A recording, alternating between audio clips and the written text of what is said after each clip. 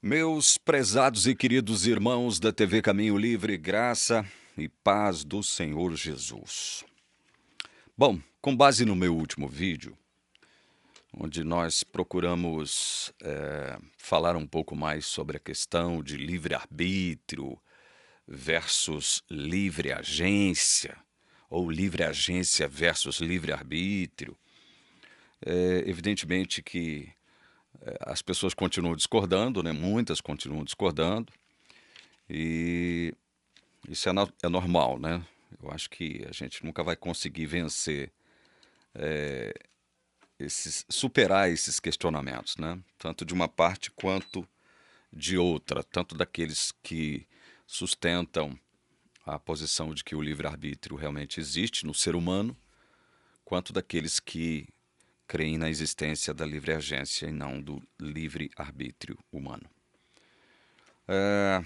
Daqui a pouco eu quero ler um texto do Grande Conflito.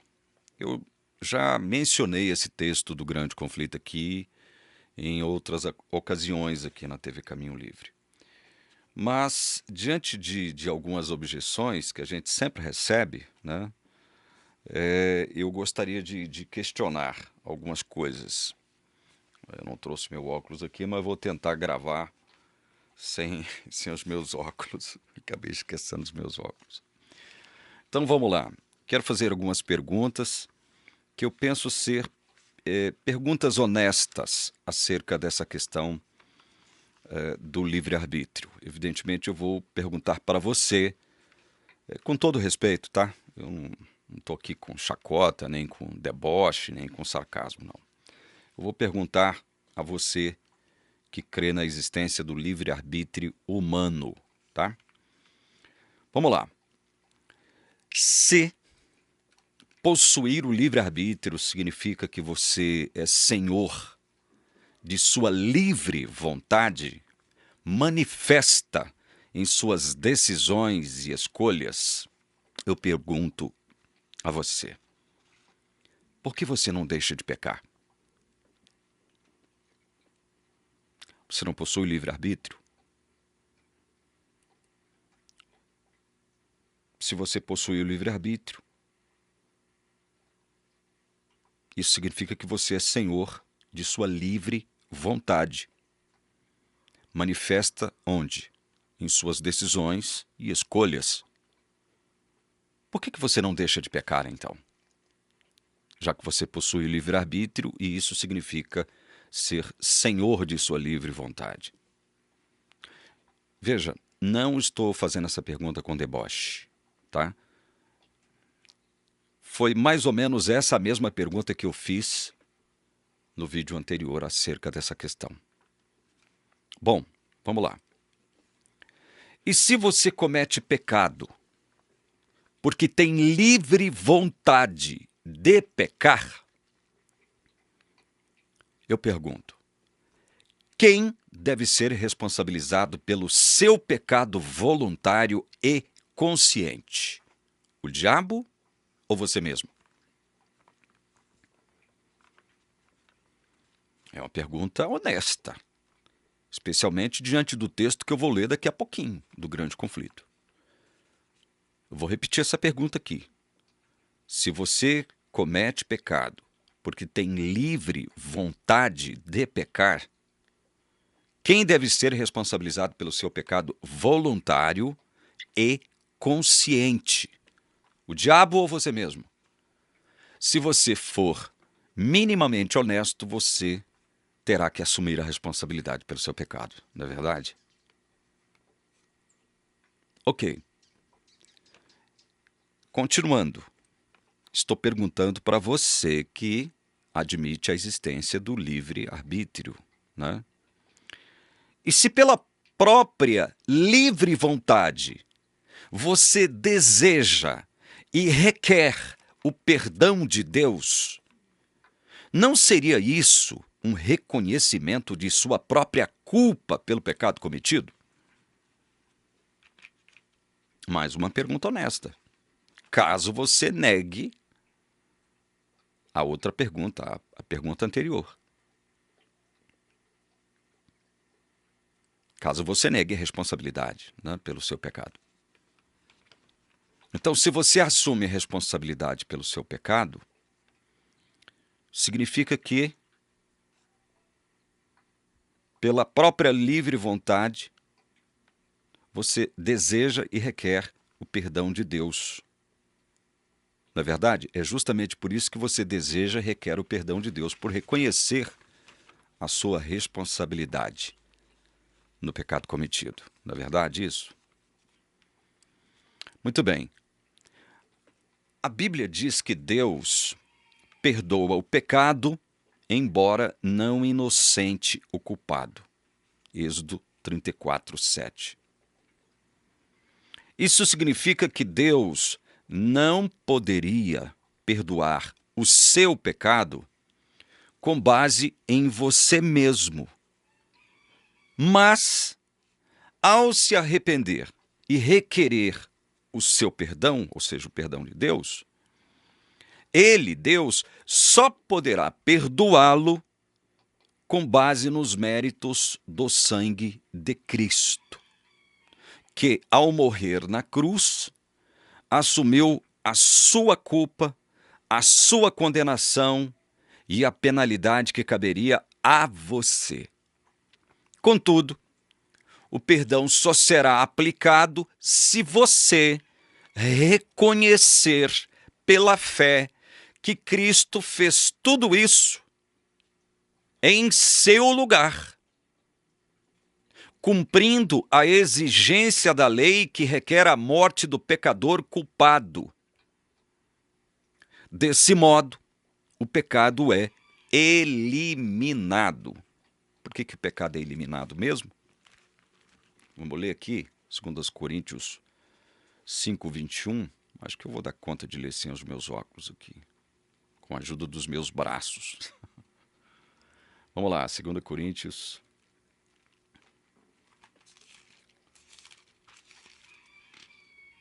5:21.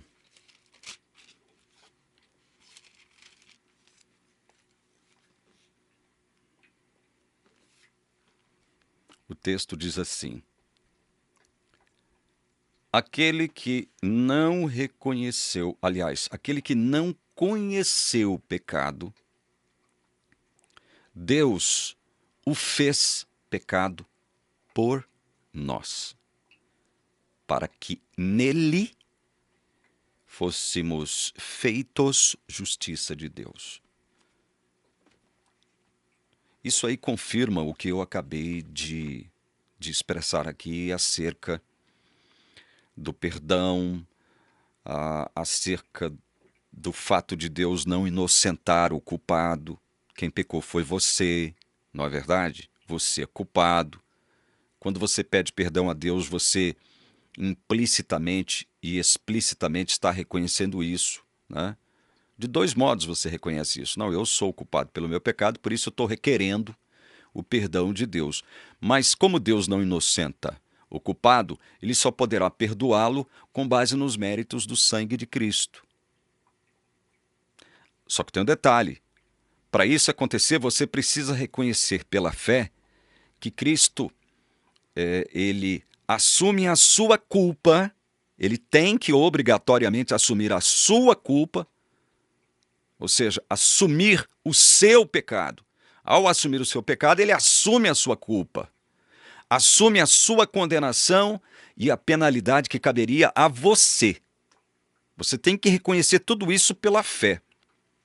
E quando você reconhece tudo isso pela fé, que Cristo fez tudo isso por você na cruz, assumindo a sua culpa, a sua condenação e penalidade, é aí e só aí que o pecado é eliminado, porque Cristo assumiu, repito, o seu pecado. Ao assumir o seu pecado, ele assume a sua culpa, a sua condenação e a penalidade que caberia a você, porque o salário do pecado é a morte. Não é verdade? Isso não é verdade? Agora eu quero ler um texto do Grande Conflito, página 485, lá na metade do último parágrafo. Ellen White diz assim: O bode emissário, levando os pecados de Israel, era enviado à terra solitária. De igual modo, Satanás, levando a culpa de todos os pecados que induziu o povo de Deus a cometer. Olha o que Ellen White está falando aqui. Quando ela interpreta aquela confissão de pecados do sumo sacerdote no dia da expiação sobre o bode vivo, isto para a igreja adventista era uma transferência dos pecados de Cristo para Satanás. É isso que significa para a igreja adventista. Aquele ato do sumo sacerdote confessar os pecados do povo de Israel sobre o bode vivo e soltá-lo lá no deserto. Então Ellen White diz, olha, o bode emissário levando os pecados de Israel era enviado à terra solitária. De igual modo, Satanás, levando a culpa de todos os pecados que induziu o povo de Deus a cometer, estará durante 1000 anos circunscrito à terra. Perceba isso, meu querido irmão. Perceba que Ellen White, de forma completamente antibíblica, porque esta interpretação adventista, ela é completamente arbitrária e não fundamentada na palavra de Deus. Que interpretação? De que o fato do sumo sacerdote confessar os seus pecados sobre o bode vivo era um tipo de Jesus entregando os pecados pelos quais ele morreu a Satanás. Porque, segundo Ellen White, olha só, quem que teria a culpa pelos pecados do povo de Deus? Quem que teria a culpa? O bode emissário, levando os pecados de Israel, era enviado à terra solitária. De igual modo, Satanás, levando a culpa de todos os pecados que induziu o povo de Deus a cometer, estará durante 1000 anos circunscrito à terra. Por que isso? Porque Cristo, segundo as linhas anteriores, diz assim, ó, o texto, ó. Como o sacerdote, ao remover do santuário os pecados, confessava-os sobre a cabeça do bode emissário, semelhantemente, Cristo porá todos esses pecados sobre Satanás, o originador e instigador do pecado. Por isso ela vai dizer, o bode emissário, levando os pecados de Israel, era enviado à terra solitária, de igual modo Satanás, levando a culpa de todos os pecados que induziu o povo de Deus a cometer, estará durante 1000 anos circunscrito à terra. Você percebeu como esse texto ele é antibíblico? Por que ele é antibíblico? Porque você, enquanto filho de Deus, reconhecendo que você precisa de perdão, reconhecendo também que Deus não inocenta o culpado, automaticamente você tem que buscar esse perdão que Deus concede com base nos méritos do sangue de Cristo. Deus não concede perdão com base em você mesmo, meu irmão. Em você mesmo. O perdão nunca é concedido com base em você mesmo. O perdão é concedido com base nos méritos do sangue de Cristo. Porque aí, veja, Cristo assume, ao assumir o seu pecado, porque você é perdoado. Só que Deus não inocenta o culpado. Então, para Deus perdoar você, ele tem que transferir a sua culpa para Cristo. E é com base no sangue de Cristo, que já foi derramado na cruz, que Deus agora perdoa você. Então Cristo assume o seu pecado e ao assumir o seu pecado, ele assume a sua culpa, a sua condenação e a penalidade do pecado, que é a morte. O salário do pecado é a morte. Então, quando você reconhece tudo isso pela fé, você está reconhecendo que quem carrega a sua culpa, quem carrega sobre si mesmo a responsabilidade pelo pecado que você cometeu é Cristo. Para Deus te perdoar, Jesus tem que assumir a responsabilidade do seu pecado. Por isso que Paulo diz aqui em 2 Coríntios 5:21, olha, aquele que não conheceu o pecado, Deus o fez pecado por nós. Cristo. Deus teria que fazer de Cristo pecado no seu lugar para conceder perdão a você. Então, quem assume a culpa pelos pecados do povo de Deus? É Satanás? Não, é Cristo. É Cristo que carrega os pecados. Em nenhum lugar a Bíblia diz que Cristo, num dado momento da história, entregará ou depositará sobre Satanás todos os pecados que o povo de Deus cometeu. Por quê? Porque esses pecados já foram eliminados. A morte de Cristo extinguiu os pecados. Por isso, veja, o ser nova criatura, que é uma obra do Espírito Santo quando regenera você, já te traz para dentro do reino de Deus. Você é nova criatura. As coisas velhas passaram. Você está em Cristo agora. Você não pode mais ser condenado pela lei. Por que você não pode ser mais condenado pela lei? Porque Jesus assumiu a culpa por todos os seus pecados, como diz Paulo em Colossenses capítulo 2, versículos de 13 até o 16, ele vai trabalhar essa questão. Mas especificamente Colossenses 2:13, Paulo diz que Cristo perdoou todos os seus pecados, todos. Os que você cometeu no passado, os que você porventura comete no presente e aqueles que você ainda cometerá no futuro.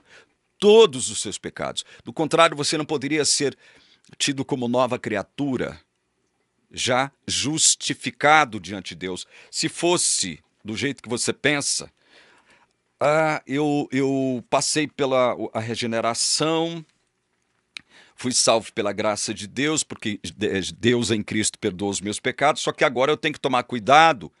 Não estou dizendo que você deve ver uma vida despreocupada, desregrada, libertina, não é isso também, tá? Mas você tem que entender uma coisa. Você tem que entender a realidade do pecado no seu corpo. Veja, de novo a gente tem que ler isso, né? Paulo, em Romanos, capítulo 7, ele diz, ora, a partir do verso 16, ora, se faço o que não quero, veja, ele não queria fazer alguma coisa. Quem está falando aqui é o Paulo, o homem de Deus, convertido. O que um homem de Deus não quer fazer? Pecar. Mas ele diz, ora, se faço o que não quero, ou seja, se eu peco, né? Concordo com a lei, que é boa. Por quê? Neste caso, quem faz isso, quem faz o quê? Pecar, né? Já não sou eu. Vai. Não era ele que pecava? Não foi ele que pecou? Fazendo o que não queria fazer, enquanto homem de Deus? Por que ele está dizendo que não é ele que pecou? Já não sou eu, mas o pecado que habita em mim. Não parece, isso aqui não se parece com uma desculpa, um pretexto para pecar? Só parece, meu irmão, só parece. Paulo não está estabelecendo um pretexto para continuar pecando, quando ele diz, olha, se faço o que não quero, concordo com a lei que é boa. Olha, ele está falando enquanto homem convertido. Quando é que ele concorda com a lei que é boa? Quando ele fazia o que ele não queria, enquanto homem de Deus. Neste caso, quem faz isso já não sou eu, mas o pecado que habita em mim. Então veja, esse não fazer o que ele quer era o quê? Era o pecado. Mas já não era ele, Paulo, enquanto filho de Deus, que pecava, mas o pecado que habitava onde? No seu corpo, nos seus membros. É isso que ele está tentando dizer. E fazendo assim, ele concordava com a lei, por quê? Porque a lei condena. A lei sempre vai condenar as ações pecaminosas. A lei ela não tem poder de perdoar nada. Ela não tem poder de perdoar nada. Ela só tem poder de condenar. Então, quando ele fazia o que ele não queria, ele concordava com a lei. Concordava em que sentido? Porque a lei estava condenando aquela ação pecaminosa que ele, enquanto homem de Deus, cometeu, mas não foi ele, enquanto homem de Deus, que cometeu, mas quem cometeu? O pecado que habitava nele, no seu corpo. Ele vai dizer isso, olha, já não sou eu que faço. Neste caso, quem faz isso já não sou eu, mas o pecado que habita em mim.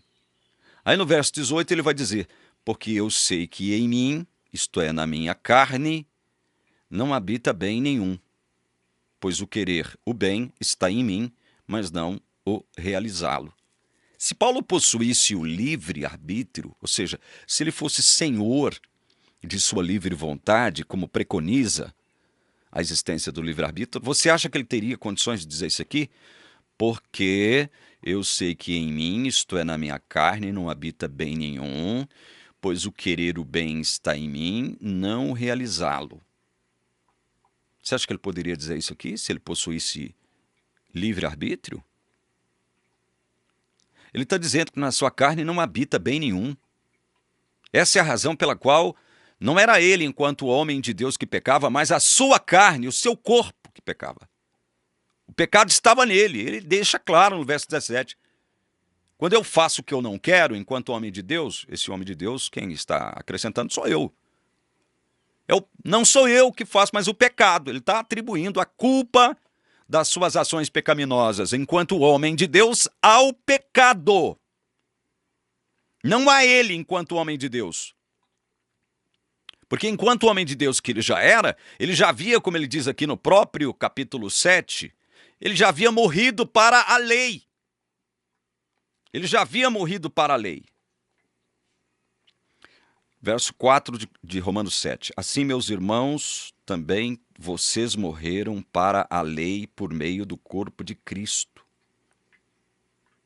Ele morreu para a lei e todos nós, que fomos objetos da obra do Espírito Santo, obra do novo nascimento, da regeneração, produzindo em nós o ser uma nova criatura, morremos para a lei. Ora, se morremos para a lei nesse exato instante em que fomos regenerados, a lei não tem mais o poder de nos condenar pelos pecados que o nosso corpo, a nossa carne comete. Por que não? Porque na minha carne, na sua carne, não habita bem nenhum. Você não precisa esperar bem nenhum da sua carne. Isso não é desculpa para pecar. Pelo contrário, é esta consciência que torna necessária a vigilância e a luta diária contra a carne. Aí ele diz, no verso 19, porque não faço o bem que quero, mas o mal que não quero, esse faço.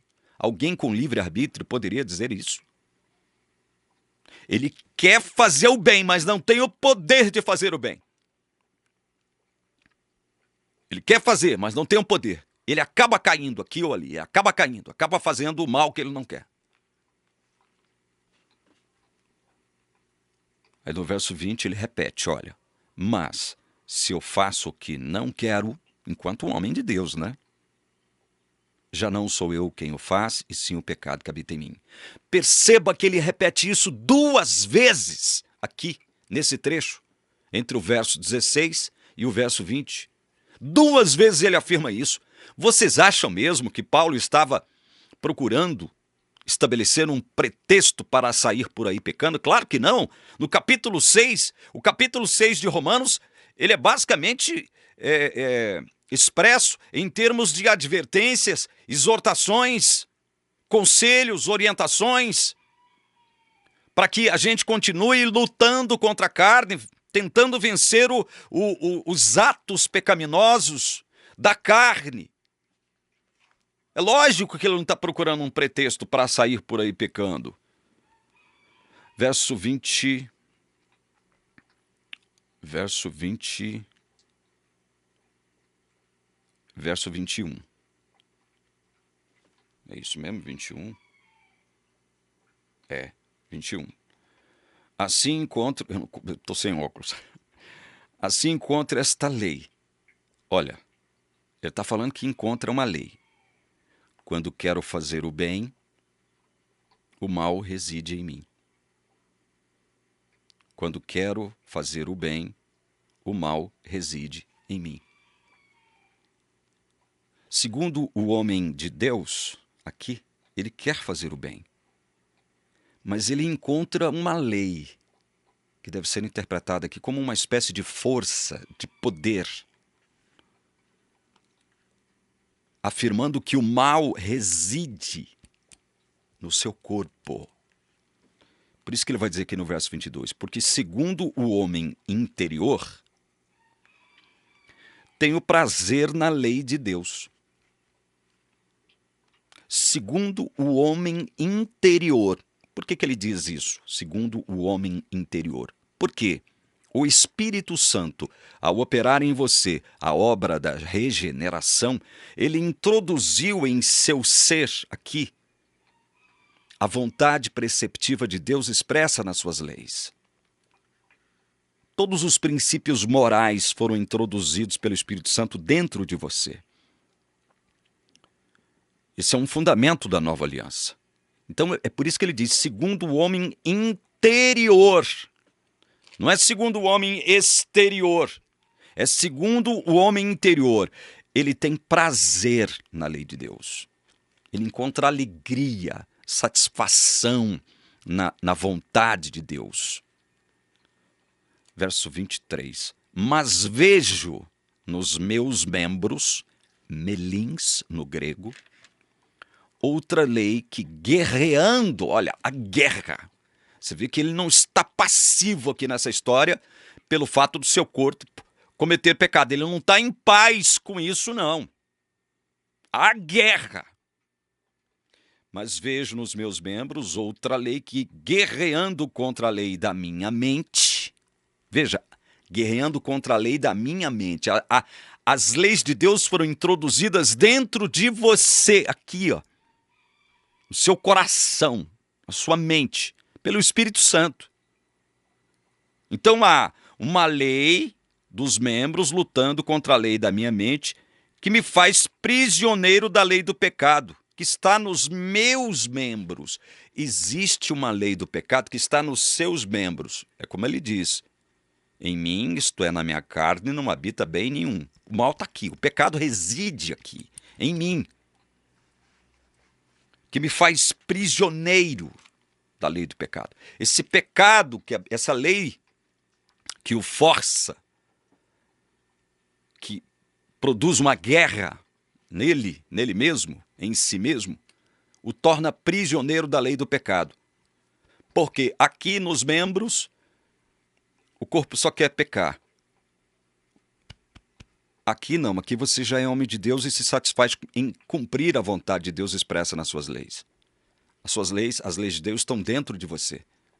É por isso que você não precisa de livro de lei mais. Você não precisa de livro de lei, de tábuas contendo leis mais. Você não precisa disso. O Espírito Santo é seu guia. Está entendendo?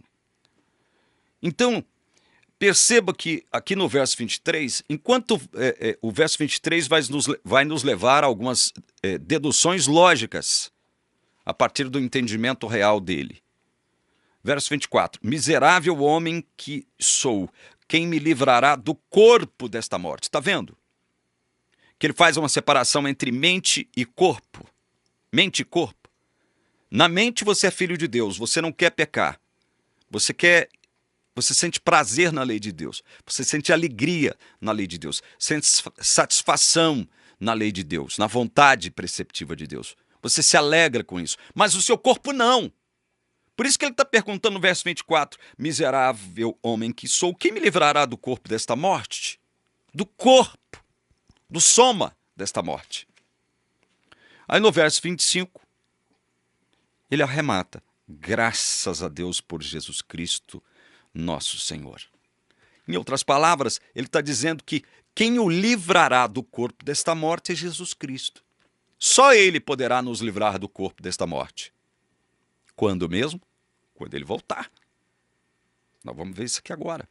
Então veja, graças a Deus por Jesus Cristo, nosso Senhor. Olha o arremate dele. De maneira que eu, de mim mesmo, com a mente, sou escravo da lei de Deus. Escravo, ele é um doulos da nomos divina. Ele é um doulos da nomos divina. Ele é um escravo, segundo a mente. Mas, olha, muita gente não prega sobre esse versículo aqui, né, o 25 de Romanos 7. Porque pode, por não entender o que foi escrito antes, ele pode cair em maus lençóis. Eu estou falando pastores, com chancela, com credencial. Não falam sobre esse texto aqui. De maneira que eu de mim mesmo com a mente sou escravo da lei de Deus. Mas, segundo a carne, sou escravo da lei do pecado. Então há dois escravos aqui. A minha mente escrava da lei de Deus, mas a minha carne escrava do pecado. E aí? O que acontece? Guerra. Guerra. E quando essa guerra terminará? O próprio Paulo, falando sobre a ressurreição, no capítulo 15 da sua primeira epístola aos Coríntios, ele vai deixar claro uma coisa, né? Que nós só nos livraremos desse corpo, que ele chama de corpo corruptível, né? Esse soma corruptível, com melins corruptíveis, por ocasião o quê? Da volta de Jesus.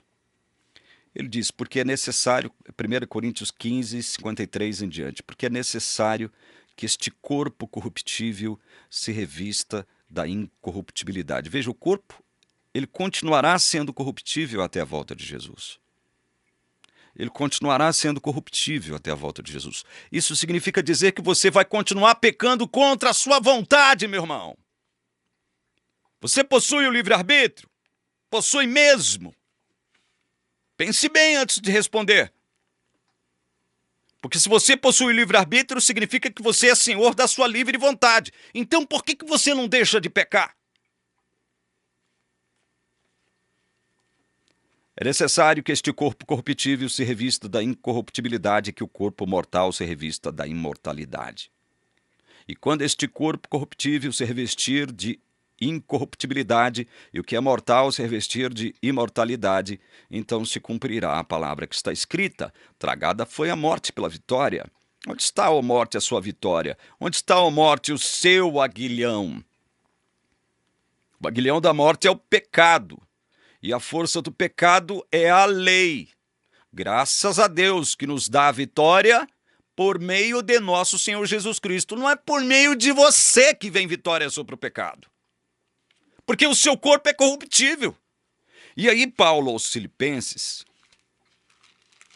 vamos lá para Filipenses, capítulo 3, versículos 20 e 21. Filipenses 3, 20 e 21. Escuta o que Paulo está dizendo aqui, corroborando tudo que nós estamos comentando aqui. Nossa, ler sem óculos é terrível. 20 e 21, Filipenses 3. Pois a nossa pátria está nos céus, de onde também aguardamos o Salvador, o Senhor Jesus Cristo, o qual transformará o nosso corpo de humilhação para ser igual ao corpo da sua glória, segundo a eficácia do poder que ele tem de até subordinar a si todas as coisas. Então, quando é que eu vou me livrar deste corpo de morte, deste corpo no qual não habita bem nenhum, desta carne que peca, que faz a minha mente ir contra a vontade de Deus, não a minha mente, mas o meu corpo, né? Esse pecado que habita em mim faz o meu corpo agir contra a minha mente. Porque a minha mente é dominada pelo Espírito Santo, mas o corpo guerreia contra ela.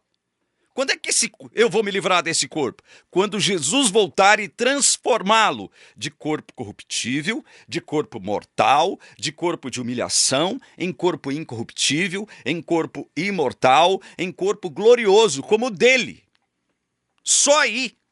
Vocês estão entendendo isso que a Bíblia está deixando bem claro aqui, meus irmãos? Então, até lá, veja, até que Jesus volte e livre você deste corpo, deste soma e desses melins pecaminosos, corpo em cujo qual há uma lei do pecado que te torna prisioneiro do pecado, e, portanto, você é impotente diante desta lei do pecado que está no seu corpo, nos seus melins. Quando Jesus voltar, ele vai te livrar disso. Até lá o seu corpo vai continuar pecando. Não é porque você, homem de Deus, quer. Muita gente não concorda com isso que eu estou falando, porque eles vão, de forma imbecil, idiotizada, já controlados e manipulados por uma ideia de livre-arbítrio imbecil, inexistente na palavra de Deus, eles vão querer atribuir o seguinte: eles vão querer atribuir a nós, que pensamos desse modo aqui, biblicamente falando, uma pregação que vai desembocar na libertinagem. Não é isso. Não é isso, pelo contrário. O apóstolo Paulo é aquele que mais incentiva, exorta e adverte os cristãos de que nós precisamos lutar diariamente contra o pecado. Por isso, e aí eu vou encerrar esse vídeo, por isso que aqui em Romanos capítulo 12, versos 1 e 2, ele diz: portanto, irmãos, pelas misericórdias de Deus, peço que ofereçam. O que vocês devem oferecer, segundo Paulo, como sacrifício vivo, santo e agradável a Deus? O que vocês devem oferecer como sacrifício vivo, santo e agradável a Deus? A sua mente? Não, a sua mente já foi. Ela já foi transformada. Ela já sofreu a operação do Espírito Santo que te tornou aqui uma nova criatura.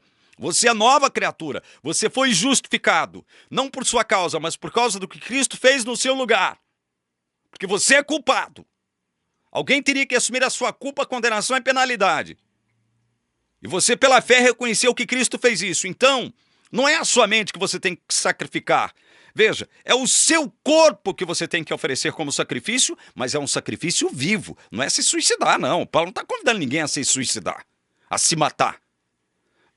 Portanto, irmãos, pelas misericórdias de Deus, peço que ofereça o seu corpo, o seu soma, como sacrifício vivo, santo e agradável a Deus. Este é o culto racional de vocês. E não vivam conforme os padrões deste mundo, mas deixem que Deus os transforme pela renovação da mente, para que possam experimentar qual é a boa, agradável e perfeita vontade de Deus. É com a mente que a gente experimenta a boa, perfeita e agradável vontade de Deus. Não é com o nosso corpo. Então, você que pensa, você que afirma possuir o livre-arbítrio e que também afirma a mentira de que eu posso não pecar, você está equivocado. Você não fala de acordo com a palavra de Deus, você não fala de acordo com o evangelho da graça do Senhor Jesus Cristo. Você não fala de acordo com a palavra de Deus. Isso significa que eu devo relaxar? Mais uma vez, eu sou obrigado a dizer isso, né? Porque os imbecilóides estão aqui, sempre me acusando. Não é só eu, não. Todos pregadores, evangelistas e pastores reformados nos acusam de que nós estamos pregando uma mensagem que nos dá licença para pecar. Que mentira absurda! Nós simplesmente estamos colocando as coisas do modo como a Bíblia diz. Do modo como a Bíblia expressa. Então pense bem nisso, meu irmão. Eu termino fazendo a primeira pergunta que eu fiz. Para você que acredita possuir o livre-arbítrio, se possuir o livre-arbítrio significa que você é senhor de sua livre vontade, manifesta em suas decisões e escolhas, por que você não deixa de pecar, hein? Por que você não deixa de pecar, então? Tem alguma coisa errada com o seu livre-arbítrio, então. Por que você não deixa de pecar? Sabe o que vai acontecer com você? Se você não aceitar o que a Bíblia diz acerca disso, que nós acabamos de falar agora, você vai pensar como aquele pastor que pregou na Igreja Central de Cuiabá há alguns anos atrás, há muitos anos atrás. E essa pregação foi testemunhada pelo Elias, que estava lá. Ele disse o seguinte: vai que Jesus volta e te encontra em pecado. Você cometeu uma ação pecaminosa, porque seu corpo peca. Sua carne peca, não habita bem nenhum na sua carne. Quando você, enquanto homem de Deus, na mente, faz o que você não quer, não é você, homem de Deus, que está fazendo, é o pecado que habita em você, no seu corpo, nos seus membros, do qual você é prisioneiro. É o que ele diz aqui. 2 vezes ele afirma que não é você que está pecando, mas o pecado que habita em você. E você é prisioneiro da lei do pecado que está nos seus membros. E aí você ainda possui livre-arbítrio. Então veja, vai que você dá o azar de Jesus voltar e você estar em pecado. Você cometeu uma ação pecaminosa, Jesus já pagou o preço dessa ação pecaminosa que você cometeu. Mas você acha que não, porque a teologia da Igreja Adventista, a teologia dos arminianos em geral, é manipuladora e controladora. Né? Então, se você não teve tempo de pedir perdão por uma ação pecaminosa e Jesus volta naquele instante, acabou para você, meu irmão. Acabou para você. Ou então você admite uma outra suposição que é simplesmente fantasiosa e antibíblica, que diz o seguinte, olha, quando Jesus terminar o suposto juízo investigativo, ele não volta imediatamente. Né? Não existe indício de que ele possa voltar imediatamente após. Pode demorar algum tempo para ele voltar. Pouco tempo, poucos dias, poucos meses? Pode haver. Mas até lá você não peca mais. Jesus termina o suposto juízo investigativo, suponhamos que ele aceite você não está sabendo de nada da decisão dele. Mas ele aceita você, né? Passa lá pelo seu nome, carimba que você foi aceito, e aí você já não peca mais.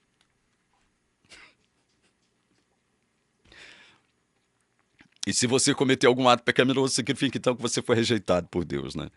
Olha, meu Deus do céu. Não, isso agora é de rir, gente. Vocês estão brincando. Vocês estão brincando de crer num negócio desse. Vocês estão brincando. Essa é a igreja remanescente? Cuja teologia é antibíblica, mentirosa, corrupta, antigraça. Uma teologia que nunca compreendeu o que é de verdade o Evangelho. É essa a teologia da Igreja de Deus na Terra? Veja que você tem que guardar os mandamentos de Deus, tá? Não são só 10 não, tá, adventista? São 613. Você tem que guardar todos, não pode transgredir nenhum. Não se esqueça que a condenação de toda a raça humana decorreu de apenas um pecado. Agora imagina você pecando todo dia. E com essa mentalidade de arminiano e adventista, ainda por cima. De que você, quando comete um deslize, a sua carne, né? O seu corpo, comete um deslize, Deus já te rejeita, você já está com a sua salvação em risco, o sangue de Jesus já não pode fazer mais nada por você, né?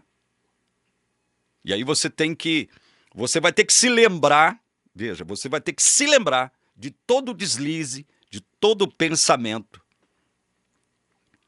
por menor que ele tenha sido, todo pecadinho, você vai ter que se lembrar, porque senão você não confessa, e não confessando, você estará perdido, irremediavelmente perdido. A sua salvação dependerá também de uma boa memória. Chupe muito palito de fósforo, porque fósforo, dizem os médicos, é bom para a memória. Chupa muito palito de fósforo, irmão, para não esquecer nada da sua vida pregressa. E se você já esqueceu, você está enrolado. Se você já esqueceu de confessar algum pecadinho, algum deslize que você cometeu enquanto filho de Deus, tá? Eu acredito que você seja filho de Deus. Não é como aquele outro pastor que não acredita que você é adventista não seja filho de Deus verdadeiro, não. Eu acredito que você seja. É interessante isso, né? Até uma ironia, né? Eu criticar a teologia da Igreja Adventista ao mesmo tempo em que eu reconheço que existem filhos de Deus verdadeiros dentro da Igreja Adventista, enquanto o outro pastor lá, o apologeta debochado, não crê nisso, não.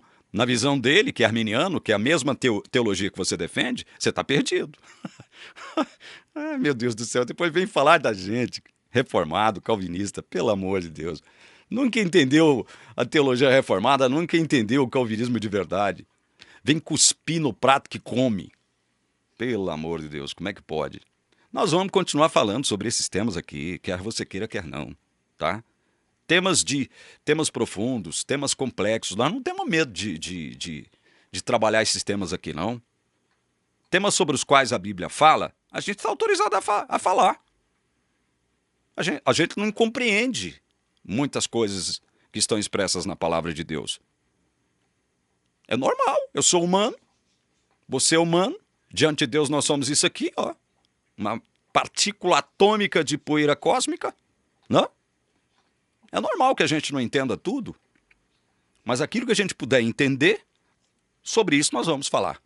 Que Deus abençoe você, em nome de Jesus. Amém.